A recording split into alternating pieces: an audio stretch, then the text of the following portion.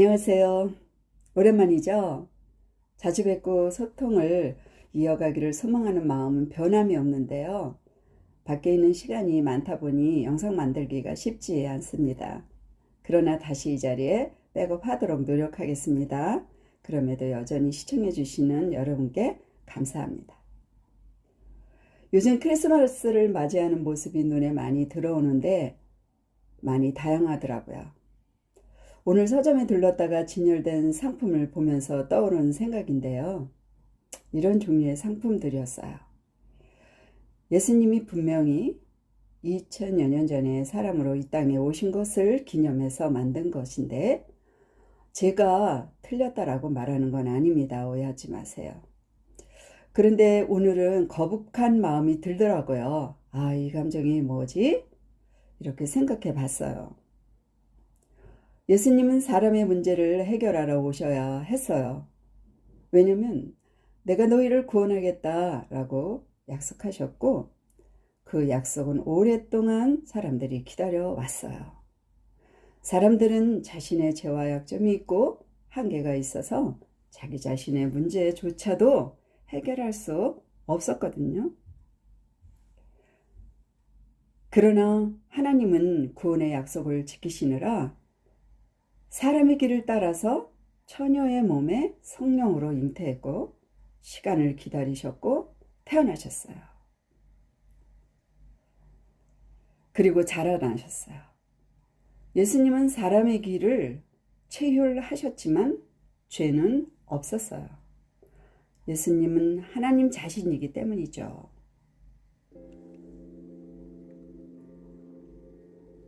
그러나 예수는 죄의 프레임에 씌워서 죄인처럼 취급됐고 넘겨졌고 사형당하셨어요. 십자가 위에. 이렇게 죽으신 것은 하나님 자신이 인류의 죄를 해결하시겠다는 약속의 절차를 시행하신 거예요. 이것은 많은 사람들에게 이해하기가 어려운 서브젝트예요. 그래서 예수님은 하나님의 비밀이라고 했습니다. 그러나 이 비밀은요, 사람들이 알 수 있도록 성경을 주셨어요. 아주 중요하죠. 우리는 알고 싶은 것이 있을 때 어떻게 하죠?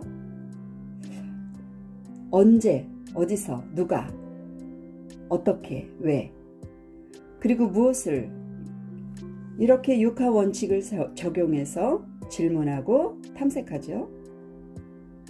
그런 게 성경에 다 있다는 거예요. 그런데 알려고 하는 의문도 갖지 않고 찾아오지도 않는다고 예수님이 말씀하셨어요. 자, 여기서 처음으로 돌아가서 왜 제가 아기 예수의 상품 모습이 거북했는지 말씀드릴게요. 아기 예수는 분명한 역사적 팩트예요. 그 역사적 사실을 오히려 부인하기가 불가능하죠. 네. 그렇지만 이제는 거기서 머물러서는 안 된다는 게 저의 생각입니다. 왜냐고요? 사람의 인지인식을 그 장면에 고정시켜요. 그렇게 되면요, 예수님의 현재성을 계속 축소시키는 왜곡된 신념을 갖게 돼요. 예수님이 2000여 년 전에 오셨을 때는 죽어주시려 인간의 몸이 필요했던 거예요. 그리고 인류의 허물을 다 뒤집어 쓰시러 오신 거였잖아요. 그렇죠? 그렇지만 앞으로 우리가 기다리는 다시 오실 예수님은 그렇게 오시진 않아요. 분명하게 상 받을 자와 벌 받을 자를 구별해서 나누시고 그러한 심판자 왕 중의 왕, 통치자로 오실 거예요. 따라서 아기 예수로 나약하게 뉘어놓는 장식으로 우리의 생각을 각인하는 것을 저는 우려합니다. 그래서 마음이 거북했던 거예요. 자, 그러면 오히려 예수 공생에서 보여주신 가르침과 행동의 의미를 깊이 탐색해야죠. 그리고 인지적 인식이 깨어나야 합니다.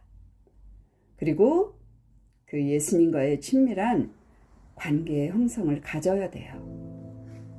그러려면요, 그의 정신을 진심으로 수용하고 사랑하고 감사하면서, 그렇게 되면 당신의 삶은 탄력성 있고 행복할 것입니다. 여러분, 지금까지 경청해 주셔서 진심으로 감사합니다. 메리 크리스마스!